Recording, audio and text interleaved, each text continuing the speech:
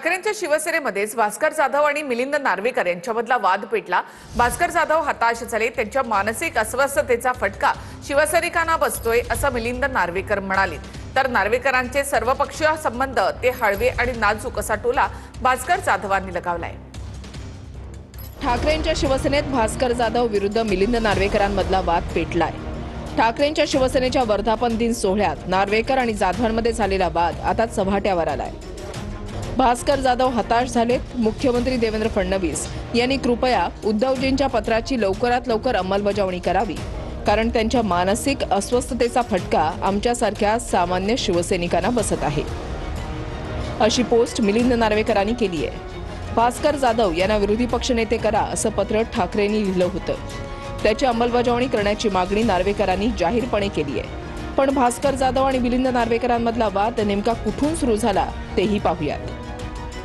ठाकरेंच्या वर्धापन दिनाच्या कार्यक्रमावेळी भास्कर जाधव एका माध्यमासोबत बोलत होते। त्यावेळेला मिलिंद नार्वेकरांच्या गाडीनं षण्मुखानंद सभागृहात एंट्री केली, पण नार्वेकरांच्या ड्रायव्हरनं सातत्यानं हॉर्न वाजवला। त्या हॉर्नमुळे भास्कर जाधव मुलाखत देता देता थांबले। भास्कर जाधवांनी नार्वेकरांच्या गाडीला रस्ता दिला, पण नार्वेकरांच्या ड्रायव्हरकडे रागानं कटाक्ष टाकला। नार्वेकर कोण लागून गेला असं भास्कर जाधव म्हणाले। अशा लोकांमुळे पक्षाची बदनामी होते। आमच्या पक्षातल्या अशा लोकांचं वागणं चुकीचं असल्याचं भास्कर जाधवांनी सांगितलं। त्यामुळे नार्वेकरांनी भास्कर जाधवांवर जाहीर टीका केली। त्यावर भास्कर जाधवांनीही नार्वेकरांना टोले मारले।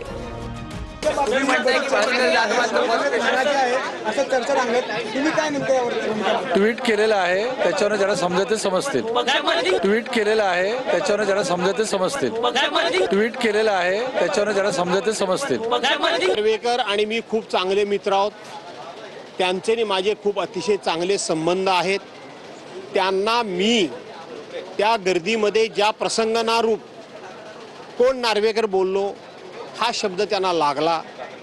इतके दिवसाची मैत्री असल्यामुळे ते एवढे हळवे असतील, एवढे नाजूक असतील आणि एवढा माझा शब्द ते जिव्हारी लावून घेतील हे मला वाटलं नव्हतं। तो त्यांना शब्द